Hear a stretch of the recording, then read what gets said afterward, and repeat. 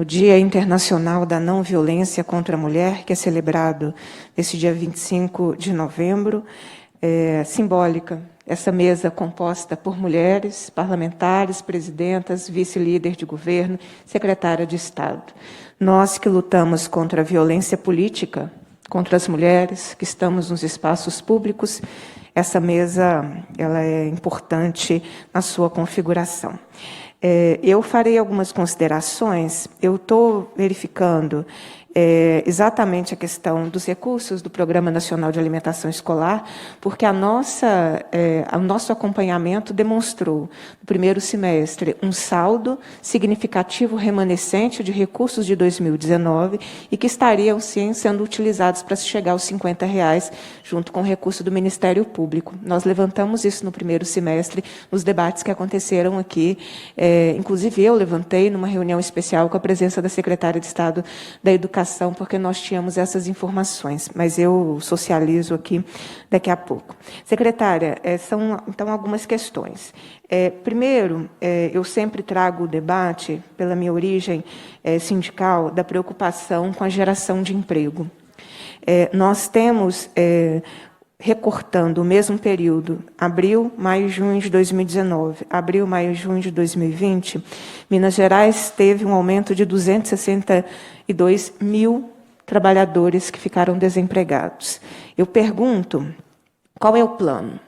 Qual é a tática do governo no sentido da geração de emprego e renda, considerando a importância do Estado ser um promotor de políticas que gerem emprego e renda no nosso Estado? Eu sempre abordo essa questão, não acho que é mérito pessoal. Cada um se esforça, e aqueles que se esforçam conseguem emprego, os que não se esforçam não conseguem. Não se trata disso numa sociedade capitalista e desigual. Então, eu acho que é uma política de Estado e, portanto, sempre trago essa questão.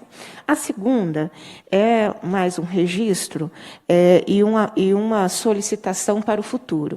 Eu fui uma das deputadas, junto com o deputado estadual André Quintão, o deputado Ulisses Gomes, que atuamos de forma muito persistente para que não acontecesse o despejo que aconteceu em agosto em Campo do Meio. É evidente que a decisão judicial que originou aquele despejo, ela era anterior à própria pandemia. A pandemia nos colocou uma situação de excepcionalidade e que foi desconsiderada pelo governo do Estado. Eu digo pelo governo porque nós buscamos muito a mediação para que aquela operação não acontecesse. Inclusive, se tivesse acontecido a mediação, a área que originalmente teria a desocupação, era possível uma mediação, era possível um diálogo.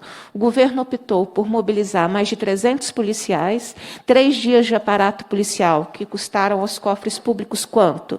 A gente não tem recurso para o auxílio, mas a gente teve recurso para uma operação que envolveu dezenas de viaturas, camburão, vários setores da Polícia Militar, uma operação completamente desnecessária, e foi uma operação, na minha avaliação, muito mais ideológica do que necessariamente um cumprimento de uma decisão. Porque todos os demais atores tinham a disposição da mediação. Tanto é que, após esse fato, tal a gravidade, nós estivemos no Tribunal de Justiça e o Tribunal de Justiça reafirmou a sua disposição na mediação de conflitos. Mas ali nós não encontramos disposição do governo do Estado em mediar o conflito. Eu estive lá. Quando eu retornei, eu tive o privilégio, porque eu acho que a gente que tem a condição de fazer teste é privilegiado, porque o governo federal tem os testes e espera vencer para jogar fora, não disponibiliza teste para o povo. Eu voltei de lá e fiz teste, porque tal eram as condições, completamente distintas daquelas que nós pregávamos, do distanciamento, das pessoas não se aglomerarem, 300 policiais numa área. E, evidentemente, que as famílias sabiam que ia ser além do que estava delimitado, porque elas já viveram situações semelhantes. As famílias, então, tinham que sair das suas casas. Enfim, após essa ação de despejo, a Covid aumentou na região, a contaminação aumentou. Então, acho que aquela situação ela foi absurda, brutal, desnecessária, e nós precisamos encontrar mecanismos eficazes de mediação. E ali muitos de nós tentamos, vários tentamos. O presidente da Comissão de Direitos Humanos está aqui e atuou na tentativa da mediação, porque foi completamente desnecessário. Foi muito mais uma demonstração de força e de viés ideológico do que propriamente o cumprimento de uma decisão judicial. Então, queria deixar esse apelo para que nós tenhamos esse esforço na mediação, que evitem situações como a que aconteceu durante uma pandemia em Campo do Meio, e perguntando qual é o plano em relação à geração de emprego, considerando esse aumento de desempregados no nosso Estado.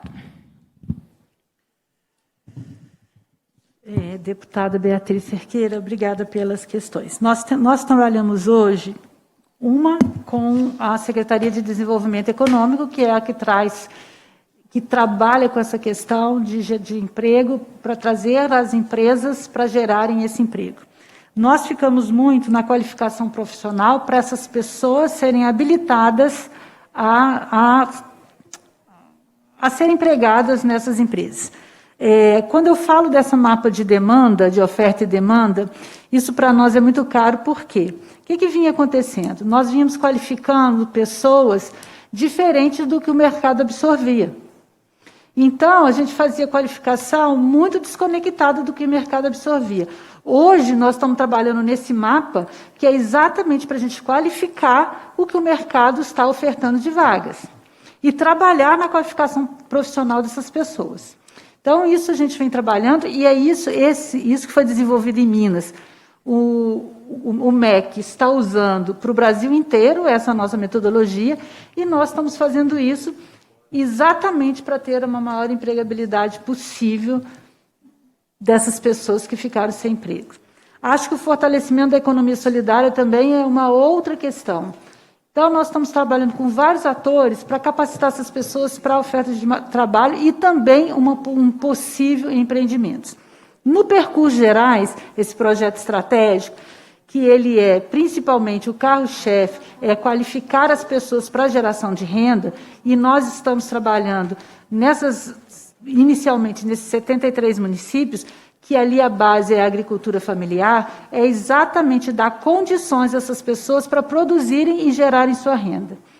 Paralelamente, é uma coisa que a gente ainda não está divulgado, nós estamos trabalhando ainda, porque o projeto ainda não está fechado, eu só vou falar um pouco dele, que a gente está trabalhando em Trajeto Moda, para as mulheres que não quiserem ficar na agricultura familiar, e principalmente aquelas vítimas de violência doméstica, qualificarem e trabalharem para a indústria da moda, principalmente para a indústria da moda da região metropolitana, que é uma indústria mineira da moda forte e necessita de mão de obra qualificada.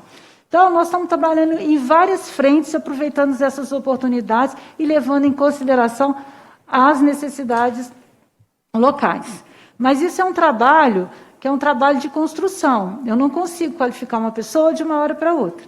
Então, nós estamos investindo nisso para a gente tentar colher daqui a um ano e meio, esses resultados. Obrigada. 2 minutos, deputada Beatriz. Sim, eu só queria deixar uma última observação. A necessidade de nós revermos as prioridades enquanto Estado, porque a continuidade, né, de políticas de transferência de renda, de assistência às pessoas que são aquelas mais vulneráveis nessa pandemia, ela precisa continuar depois de dezembro. No calendário estipulado pelos governos não vai impedir a continuidade de uma pandemia. Aliás, nós deveríamos ter ouvido aqui no início da semana, exatamente qual era o plano do governo, onde vai comprar vacina, qual é o plano, ainda é outra secretaria, não é? Mas nós não ouvimos qual é o plano, como o governo está se preparando para a nossa imunização. Mas o que eu quero considerar é que é uma sugestão. Se eu não me engano, o governo está prevendo para 2021 16 bilhões de reais de renúncias de receita e isenções. Não pode diminuir os 16 para ter políticas de geração de renda, para ter políticas de transferência de renda, nesse momento que a pobreza, a extrema pobreza, aumenta em todo o país e no nosso Estado, orçamento é uma disputa, não é? E o orçamento também identifica as prioridades de um governo. Então, eu acho que valeria a pena nós começarmos a identificar quem lucra quando não paga imposto. Não é quem nos assiste pela TV Assembleia, não é quem opera a câmera que faz com que as pessoas sejam vistas, não são as trabalhadoras que estão aqui fazendo com que essa audiência aconteça. Os que lucram são os grandes, que continuaram lucrando durante a pandemia. Não acho que é dever do Estado isentá-los do pagamento de impostos para aumentar os seus lucros, não é? O acordo que está sendo negociado sem transparência pelo governo com a Vale, em 5 meses de lucro, em 1 ano, cobre todo o acordo. Quem está decidindo quem vai abrir mão de 30 bilhões de reais?